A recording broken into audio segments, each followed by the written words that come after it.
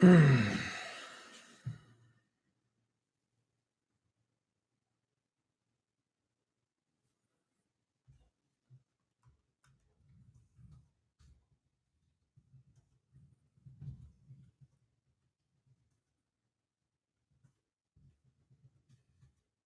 up, TJ?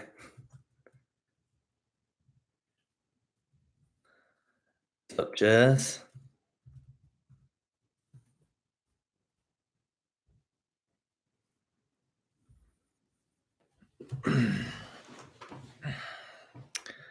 We'll wait for some people to join here. A couple minutes early, I know.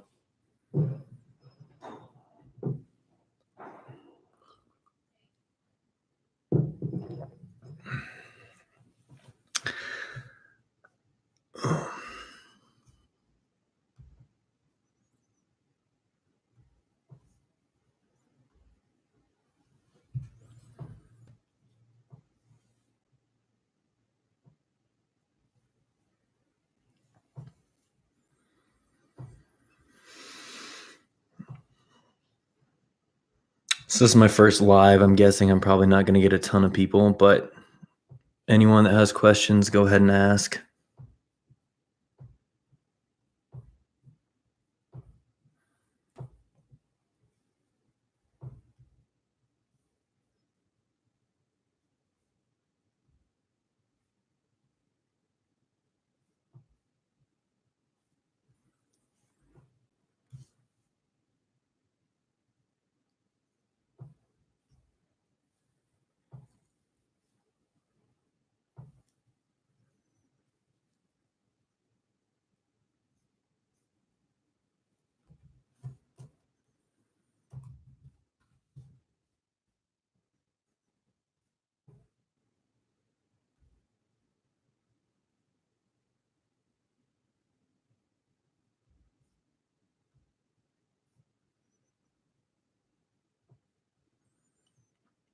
Thank you, TJ. I like the new background. How do I increase my credit quickly? So there's a lot that goes into that. If you're talking, are you talking about credit score or are you talking about your credit line? Which is the best card for a beginner? If you have no card and you're a student, definitely the Discover It student credit card. Otherwise, there's a City Platinum that's pretty easy to get. If you can't get either of those, then they have things called secure credit cards, which are basically like debit cards. The banks don't trust you yet, so you have to deposit money into them, and then you can use their credit card.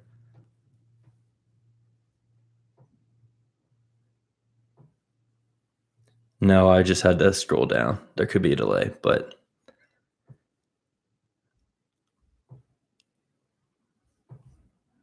check YouTube.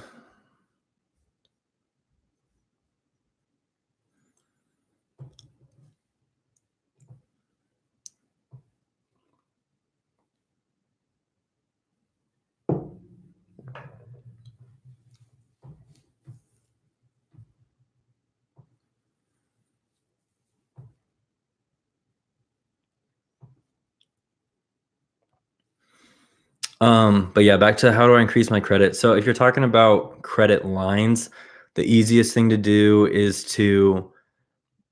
there's a couple different things that go into your credit score factor, and utilization is one of those.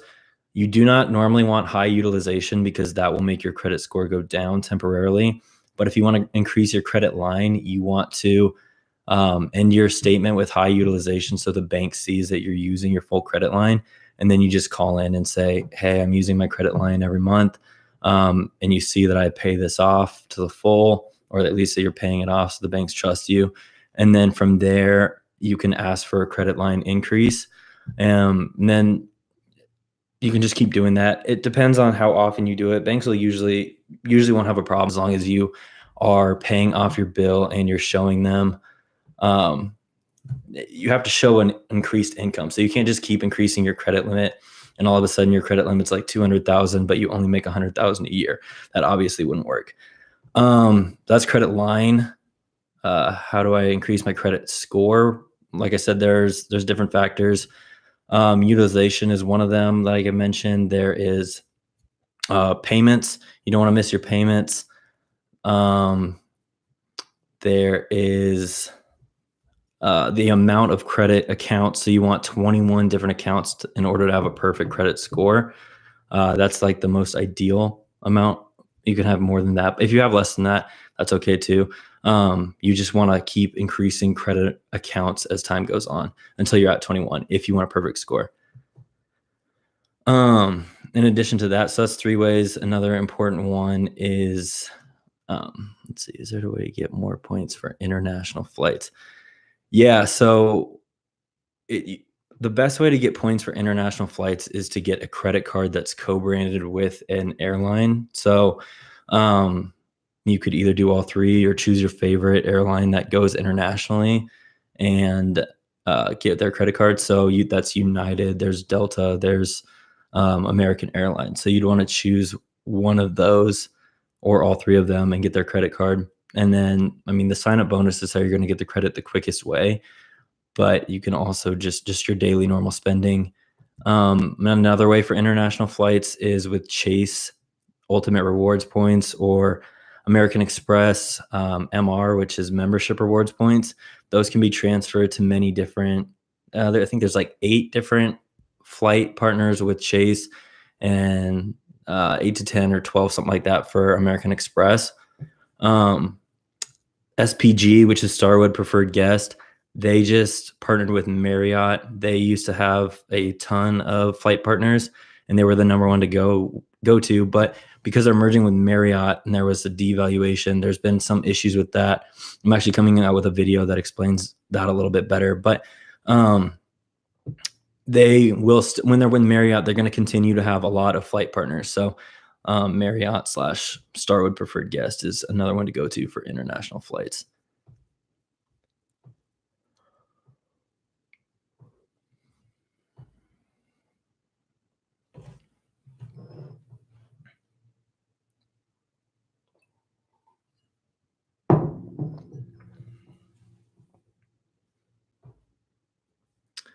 Let me go check YouTube really quick.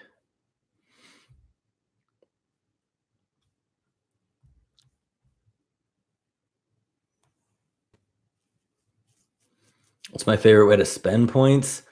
That's a good question. Favorite is different than what's the most valuable. The most valuable would be getting Chase or Amex points and transferring them to airline partners, because then you can end up getting 5 times or like 5 cents per point, which is a pretty good value. Sometimes you can get even crazier ones like 13 or 15 cents per point. But you can also just redeem them for straight cash, which is nice because then you can buy anything with that. Different banks have different options for super special rewards.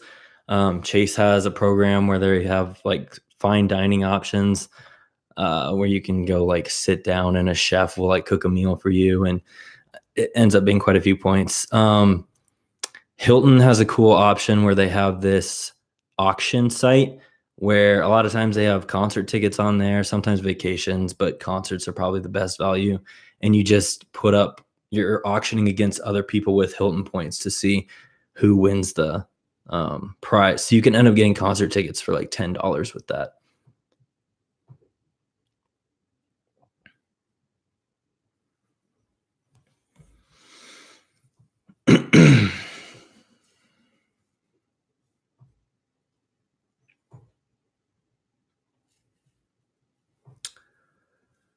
Okay.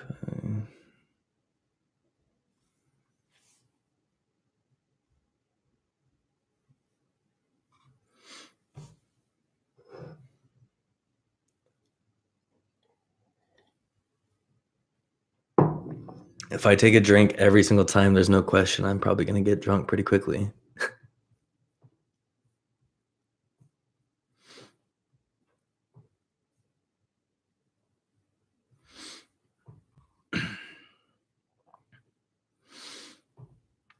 Is there a way to avoid credit card fees?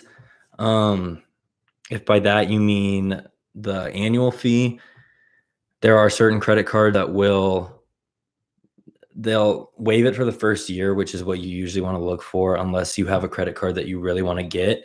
In addition to that, if you have gotten a credit card and the annual fee is coming along, like you're a month or so away, you can call them and usually say something like, hey, I really like using your card. You can see I'm a loyal customer. I use it for almost everything. I make all my payments, but I'm either like strapped for cash. You can think of an excuse, but say something along the lines of, I'd really like to stay, but at the same time, I don't think I can afford the $100 annual fee. It'll work a lot better for a $100 annual fee credit card than it will for a $450 annual fee credit card, because then the banks will just be like, well, then just obviously switch to the cheaper one.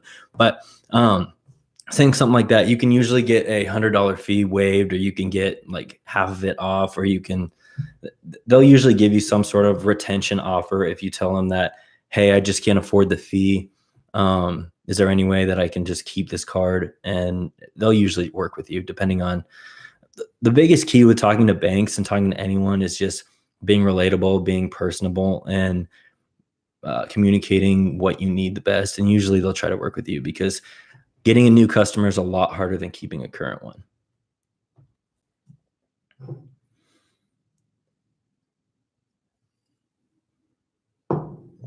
And guys, I can answer questions about anything. So a lot of these are so far credit, but for people that don't have tons of credit, I can help with finding cheap flights.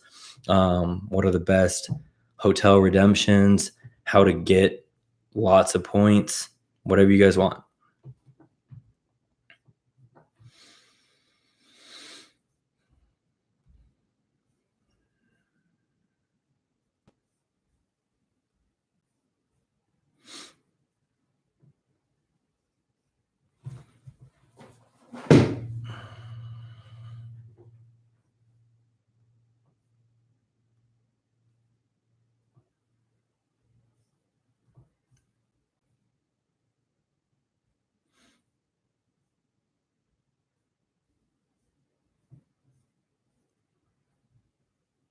What's the best way to get a lot of points?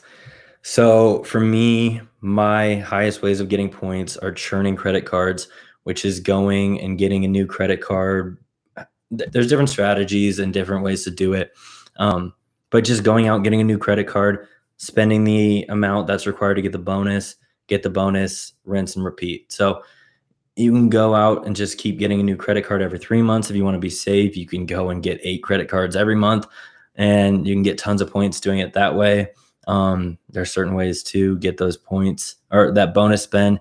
If you have a business, just your normal everyday spend, paying for rent with your credit card, which a lot of people don't know how to do. And then another big one for me is reselling. So using portals like I've talked about in my videos to see what gets you a ton of points for regular purchases. Going from there, buying things on other websites such as Walmart, or I know Neiman Marcus at one point was like $12 per, or 12 points per dollar. So buying things on there and then reselling it on Amazon or eBay. If you buy something that's like $20 off there and you're getting 12 points per dollar, and then you're going and selling it for even the same exact amount on Amazon, even if you aren't making a profit, you're making tons of points. So that's one of the biggest ways I use to get a lot of points. What if I miss my credit card payment? Can I call and have the fee removed if I don't do it often? And how much does it affect my credit score when I miss a payment? Okay. Missing a payment is the biggest way that will affect your credit score poorly. You can drop 100 points in one monthly billing statement because of missing a credit card payment. If you do not have a pattern of missing credit card payments, yes, you can probably call in and say, hey, this is my first time. If I make it right now, can we reconcile this and not have it be reported anymore? If they say no, you can file a complaint with something called cfpb.gov. It's a government website where you can file any sort of dispute with a credit card company, and they don't dispute it for you, but they make the credit card company look at what you're saying.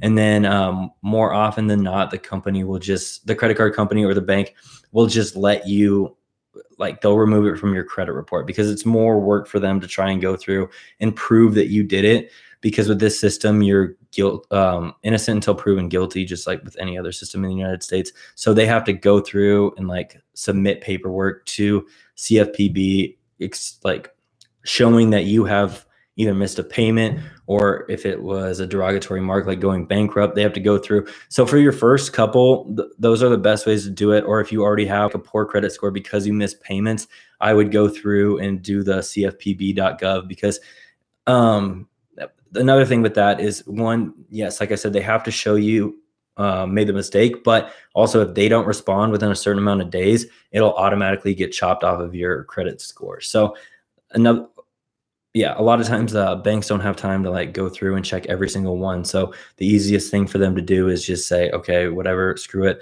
just take it off their credit score. So yeah, if you have mistakes, that's an easy way to get things removed. And I will go ahead and put that in there so everybody knows. It's cfpb.gov.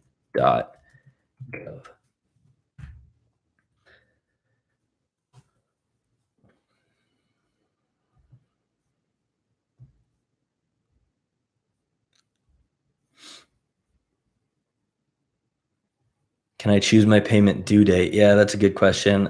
Yes, and I personally do this myself. I make all of my credit card due dates on the same day, so I can just pay them off or like look at them at the same time. Some people don't like to do that because of how paychecks are usually paychecks are distributed in the United States. Most jobs do it every 2 weeks or twice a month. That doesn't really matter for me, but so yeah, you can place the due date, the payment date, and the closing statement date at any time you want during the month. You just call the number on the back of your card and ask them, and they'll do that for you.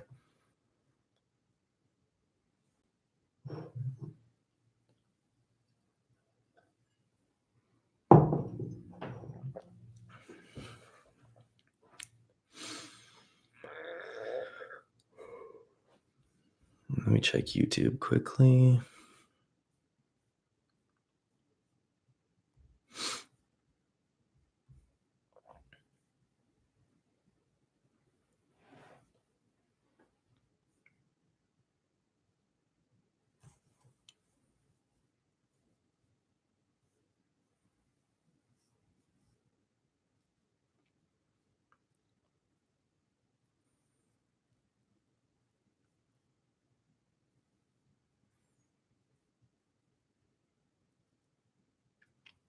Well, in the meantime, let's see.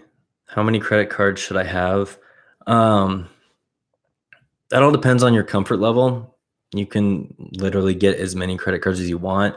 I think I saw a news article one time that somebody had gotten 500 or 1,000 credit cards, and they've been collecting and saving up since the 70s. There's no limit.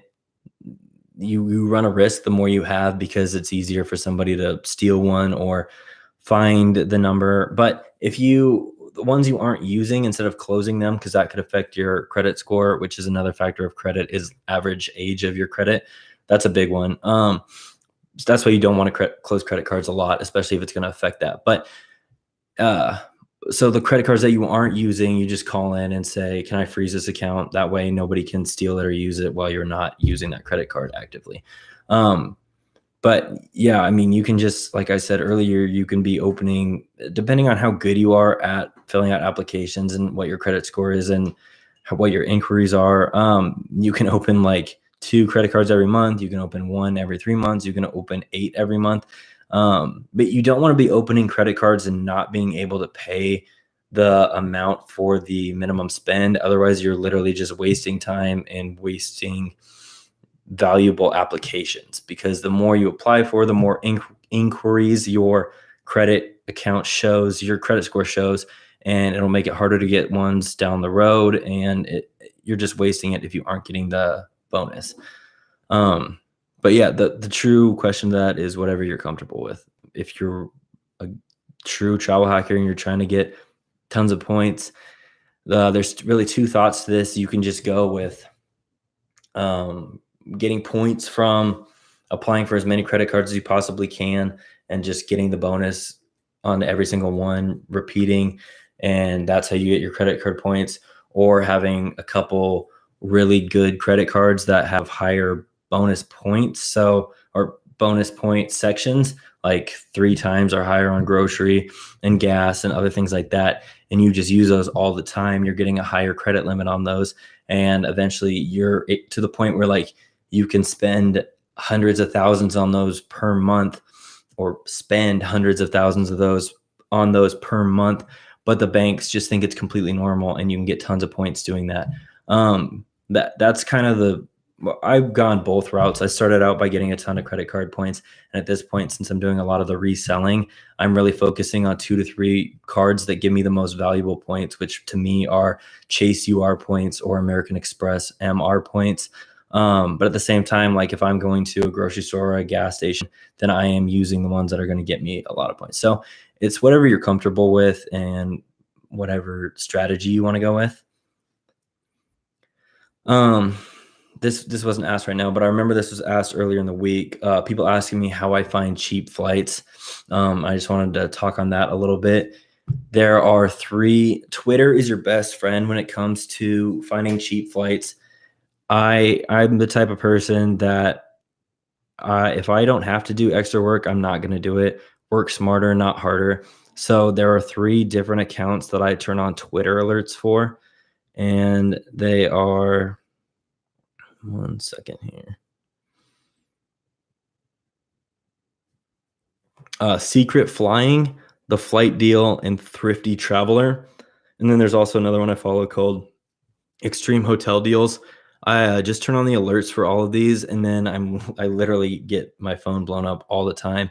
But they come out with flights like 2 or 3 every hour. So what you want to do is like have a destination in mind, have these alerts on, and then look for them. There's oftentimes like trips to Europe for like $100 or $200 round trip, trips to Asia for like $400 round trip.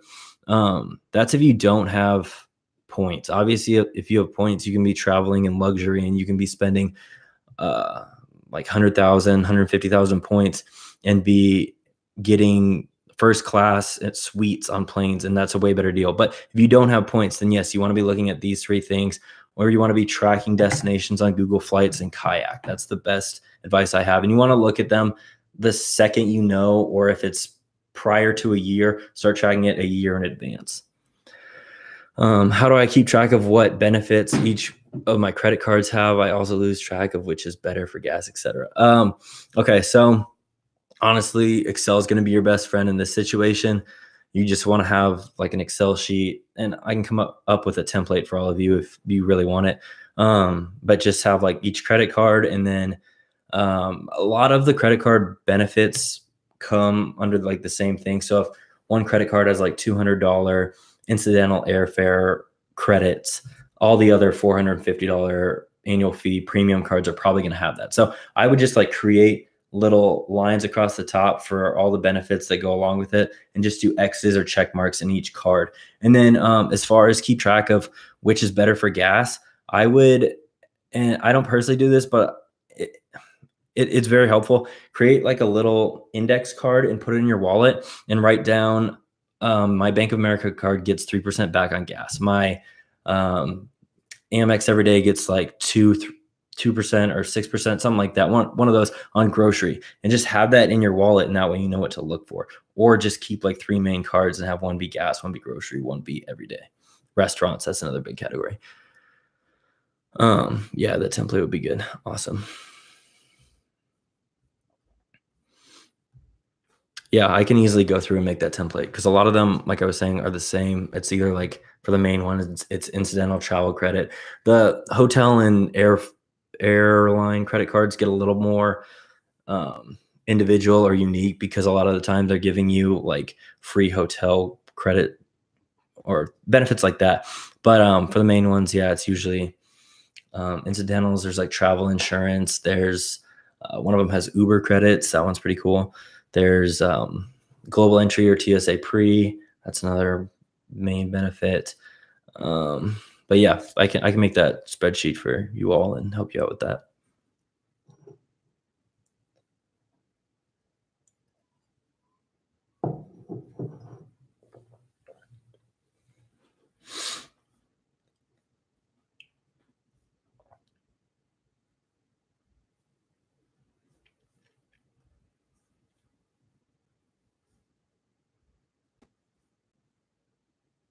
Okay, let me think if there's other stuff I can help with. Um,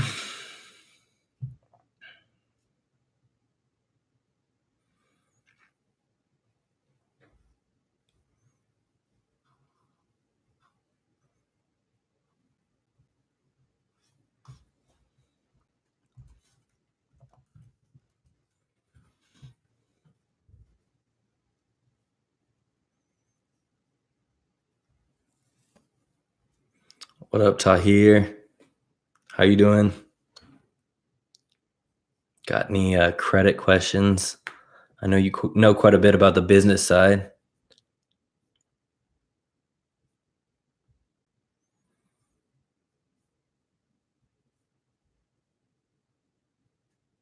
Because I want to travel, get points, but I gotta step out in 5.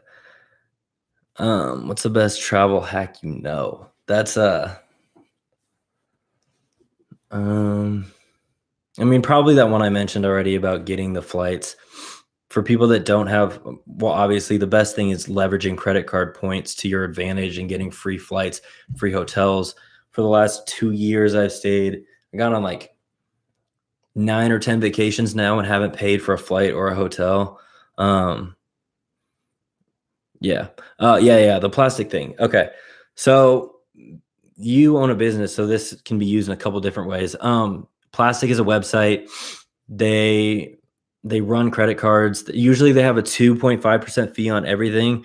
So you could think of it as like Venmo or PayPal where you're sending a payment to somebody, but what they're doing is they're the middleman for people that don't have those apps or anything like that. So you can use their service, go to their website, and then you can say send a check, or you can just pay directly to their bank account.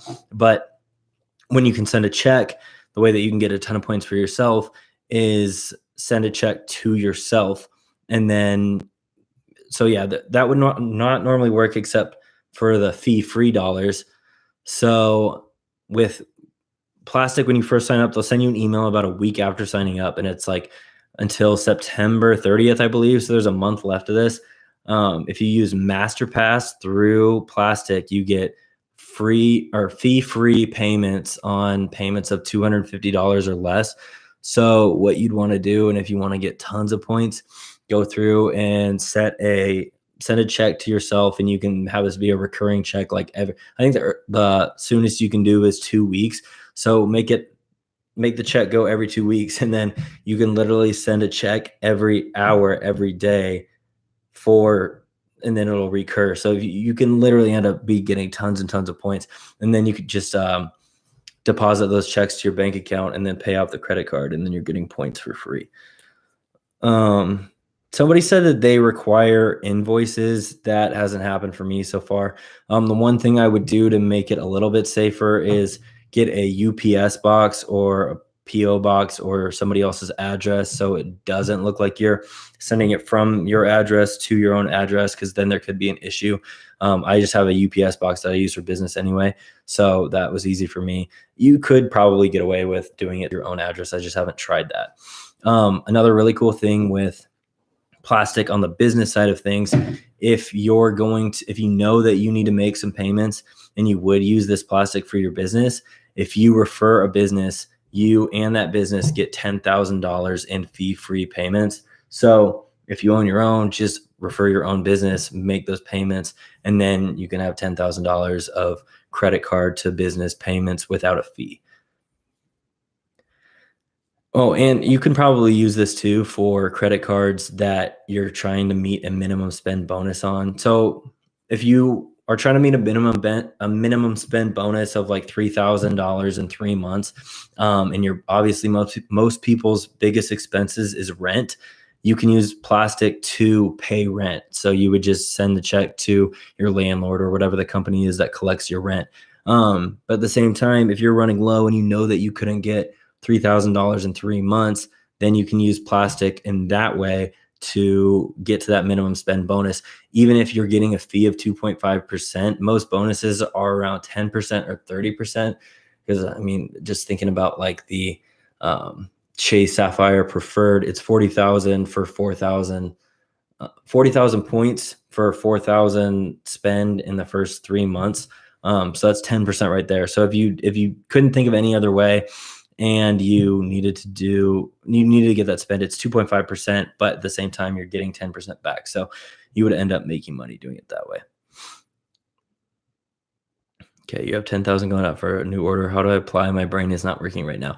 Just go to plastic.com, and when they'll give you like a code. Well, sign up personally.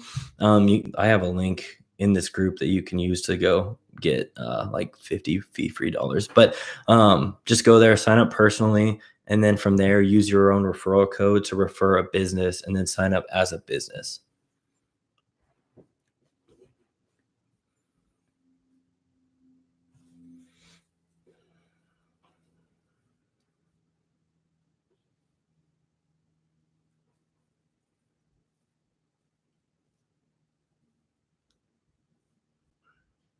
Okay.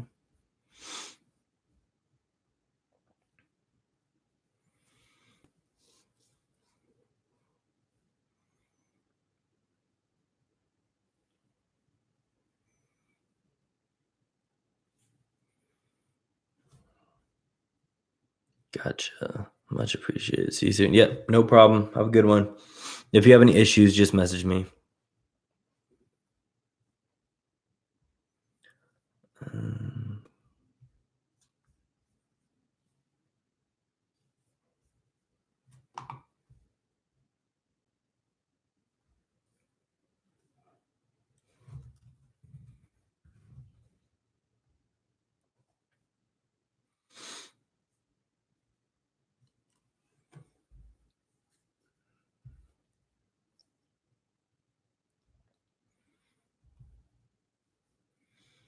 Okay, let me go through and pull this up.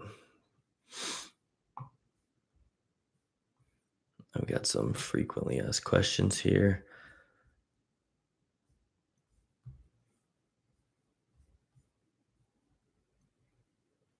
Okay, so like I was mentioning earlier, there are 6 big factors that go into your credit. Um, yeah, like I said, it's utilization or usage. You want to keep that below 10%. So say you have a credit line of 10,000, you do not want to spend more than 1,000. Or at least you don't want to have the statement close with more than 1,000. If you pay it off before your statement closes, you won't have utilization. So you could spend $9,999, but if you pay it off like the day before the statement closes, your utilization will still be 0 and your credit score will still go up. Payment history is another factor. Like I said, don't miss payments. Derogatory marks, that's bankruptcy, missing tons of payments, or being sent to collections. You do not want that to happen. Credit age is, like I said, how long you want an average age of 9 years or longer if you're trying to get a perfect score. Next one is total number of accounts. Like I said, more than 21 accounts for best credit score. And then, yeah, inquiries is the other one. That's not a main one. That's probably going to affect your score the least.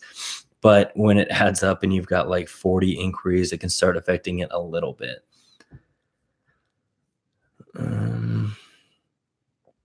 Okay.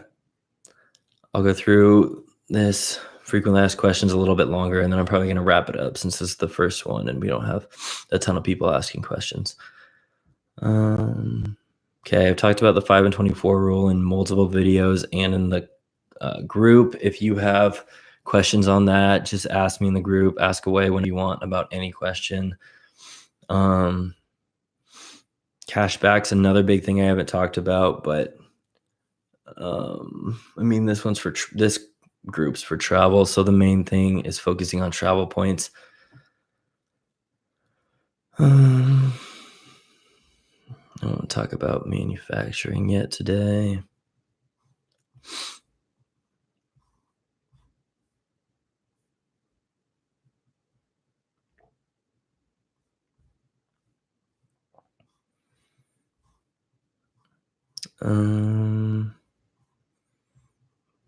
Here's a question. What can you do if you don't get approved for a credit card right away?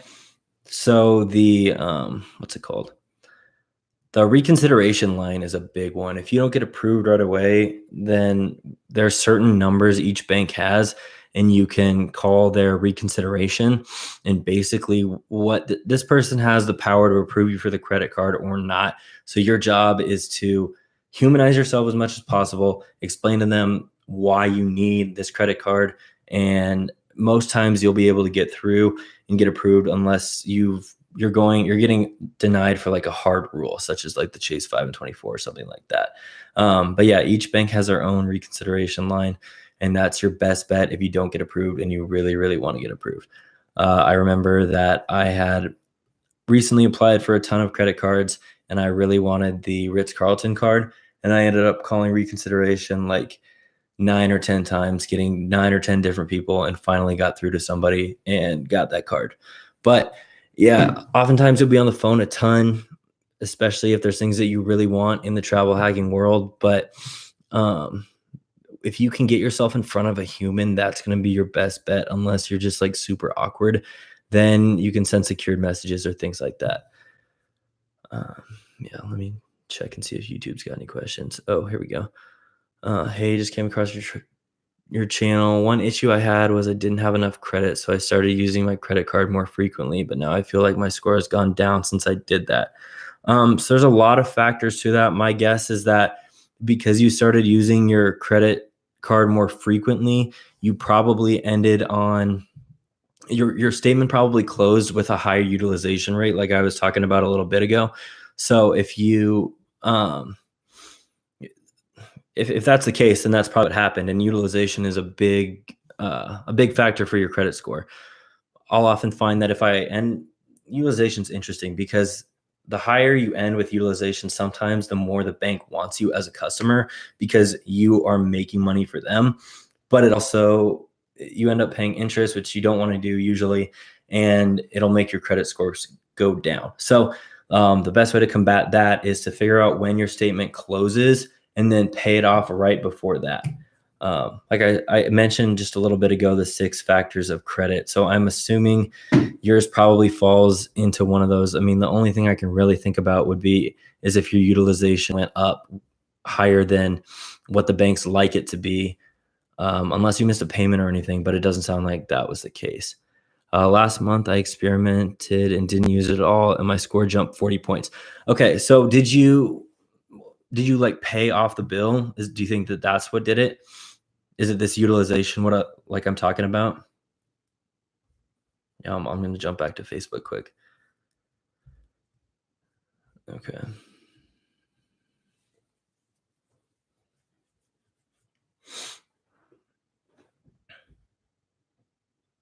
Oh yeah, I pay my bills before the deadline every month. Okay, so the month before you're using it a ton, you pay it before. Wait, are you talking about the due date or when the statement closes?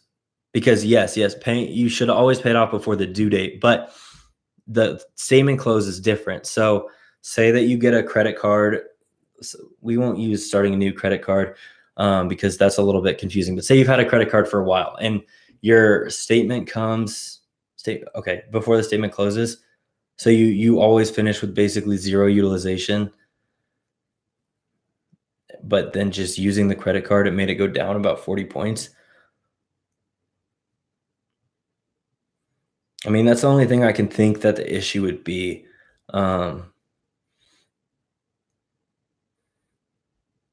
Because I mean, yeah, it doesn't sound like you missed a payment. You can check. I would check your credit score and everything. Credit Karma is the best to use for that. You can go through and see. It'll tell you exactly why it went down. Yeah, I mean, credit age, unless you had opened a new credit card or something, that will make your credit age go down.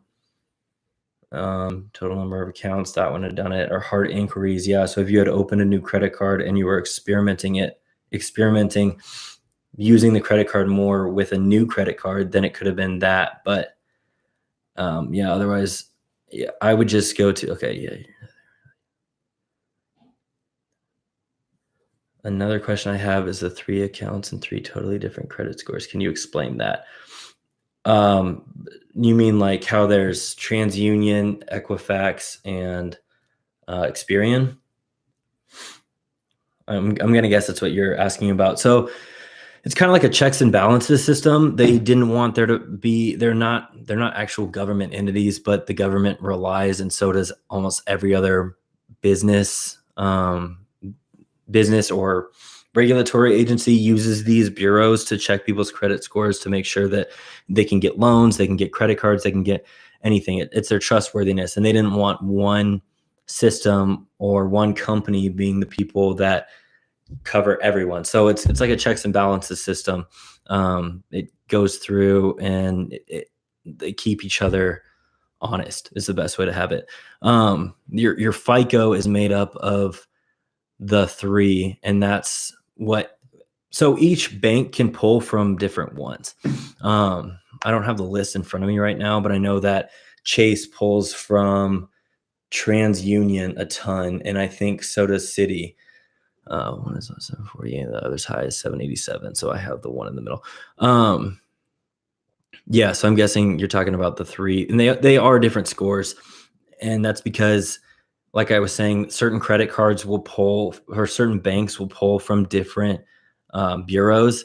So like I was saying, Chase does TransUnion, American Express does Experian. Some of them will do Equifax. A lot of the times, credit card company, Capital One will do actually all three. So a way you can get by without having there be like three different inquiries is freezing ones, but that's getting into more advanced stuff.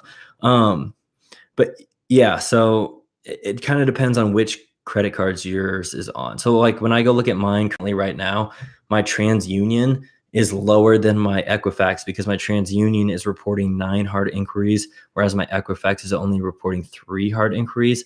And that makes a difference of about 20 to 30 points.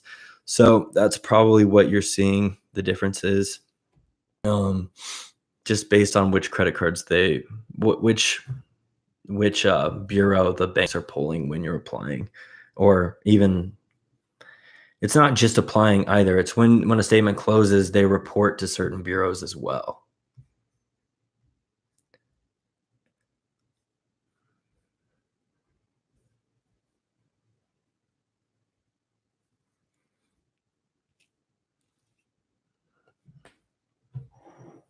I'm gonna go shut this light off because it's way too bright.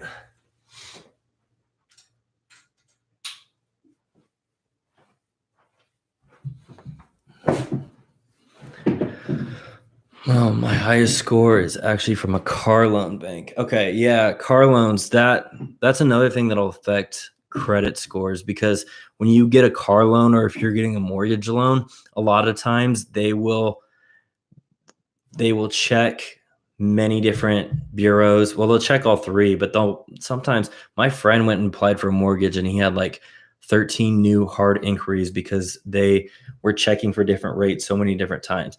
And legally, they're supposed to combine those inquiries. So after a little while, your score should go back up from that. But yeah, my high score, car loan bank. My guess is that what you're seeing is an estimate of the score. You have to, and even Credit Karma is an estimate of the score. The best way to see what your actual FICO is probably through Discover. I think another bank has it, but I use Discover to see the most accurate current one that most of the banks see when they're actually pulling it when you apply for a card. Okay.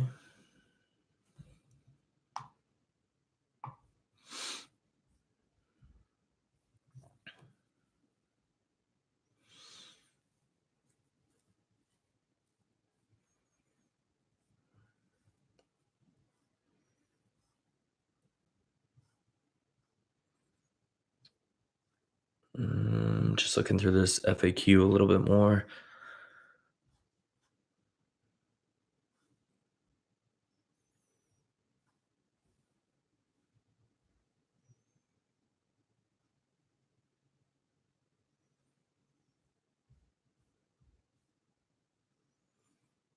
I had an 809 at one point, but then I completely paid my car last year and it dropped dramatically. Hoping okay. Yeah, so that probably did a couple different things. I don't know how long you had your credit, like the loan with the car, But when you paid that off, it got rid of, well, it would have gotten rid of utilization a little bit. But what it probably, I don't know how long you had the loan for, but what it probably did is it dropped your average age of credit, and it could have dropped, well, it definitely dropped your number of accounts, but depending on how many you have, that could have been a big factor. Um, I mentioned earlier that you want more than 21 accounts for a perfect credit score. So if you had very few accounts, then that could have affected it quite a bit. Um, yeah, having a new car loan will probably help. And the longer, I mean, what I would suggest is for anyone that has a shorter average age of credit is to never close credit cards unless you're well over 9 years.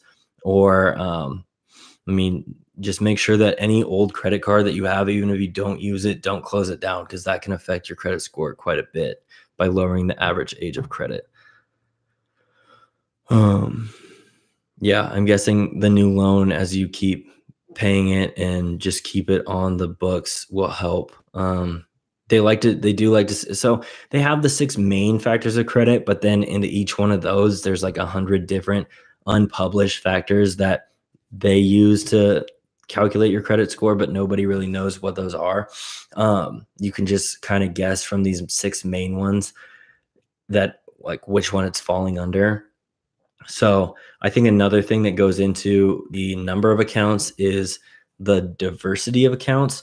So if you have 21 credit card accounts, you're probably not going to have as high of a credit score as if you have 15 credit cards, a bank loan, a mortgage, a business loan, certain things like that, to diversify it a little bit. But again, those aren't published. I can only tell you the six main factors and what my best guess is that it's going to fall under. But again, definitely download Credit Karma or go to creditkarma.com. They will give you reasons to why your credit score goes up or down every month. And then you can use that along with these six factors of credit to kind of deduct exactly what you did to affect the credit score. Okay.